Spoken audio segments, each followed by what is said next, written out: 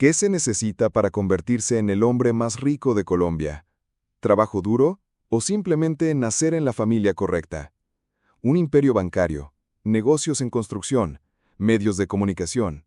¿Suena como una película? No, es la vida real de Luis Carlos Sarmiento Angulo. En un país con millones viviendo en pobreza, él acumuló una fortuna que supera los 13.000 millones de dólares. ¿Cómo lo hizo? Prepárate, porque hoy en Ecos de la Historia vamos a contarte cómo este empresario pasó de heredar oportunidades a convertirse en la figura más poderosa del dinero en Colombia. Pero cuidado, no todo es como parece.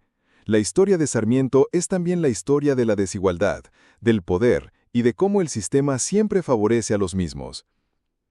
Luis Carlos Sarmiento Angulo nació en 1933 en Bogotá, en una época en la que Colombia era un país muy distinto, aunque la desigualdad ya era la misma de hoy. Su familia tenía una buena posición económica, algo que le dio una ventaja que millones jamás tendrían. Desde joven disfrutó de educación de calidad, estudiando ingeniería civil en la Universidad Nacional, un privilegio reservado para pocos. Mientras la mayoría trabajaba para sobrevivir, él ya contaba con capital, respaldo y contactos. Su primer gran paso fue en la construcción. En los años 50, fundó su propia compañía y en poco tiempo empezó a recibir contratos importantes, muchos vinculados a proyectos estatales y de vivienda.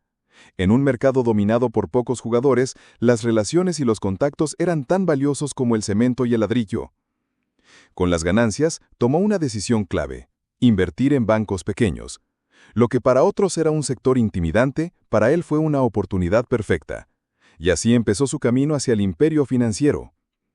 Con paciencia y estrategia fue comprando uno a uno: el Banco de Occidente, el Banco Popular, Banco Ave Villas y más tarde el gigante Banco de Bogotá. De ahí nació el Grupo Aval, que hoy controla buena parte del sistema financiero colombiano.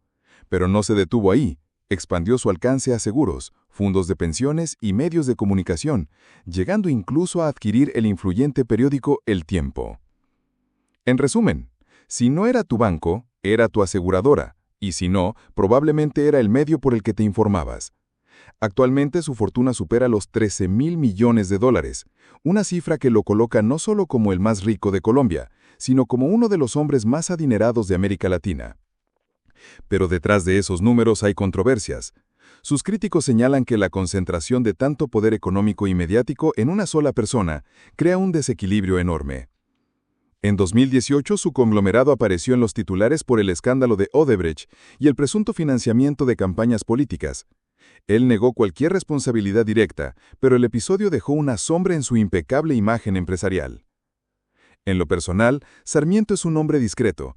Prefiere el golf y las reuniones privadas antes que los focos y las cámaras.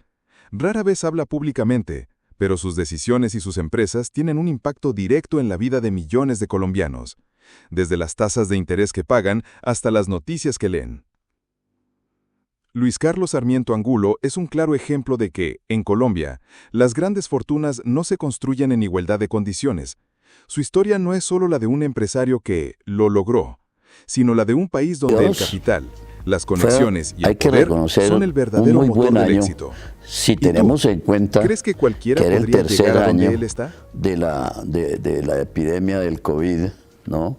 El 2021, el 22.